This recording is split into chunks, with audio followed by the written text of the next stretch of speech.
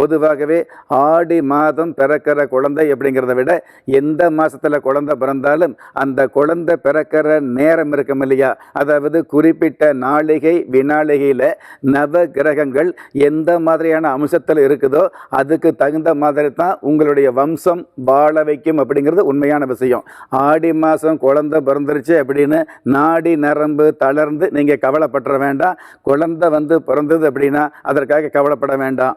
எந்த மாதத்தில் பிறந்தாலும் நான் முன்னாடியே சொன்ன மாதிரி குழந்தை பிறந்த அந்த நேரம் நாளிகை வினாளிகை இருக்கும் இல்லையா, அந்த நாளிகை வினாளிகையில் குழந்தையுடைய ராசி கட்டத்தை பார்க்கும் பொழுது ராசி அம்சம் நவாம்சம் திரேகானம் பாவகம் சஷ்டியாம்சம் இந்த மாதிரியான நிலைகளை பார்க்கும் பொழுது அந்த குழந்தையினுடைய வாழ்க்கை நிலை எப்படி இருக்குது அப்படிங்கிற விஷயத்தை உறுதியாகவே தெரிஞ்சுக்க முடியும்.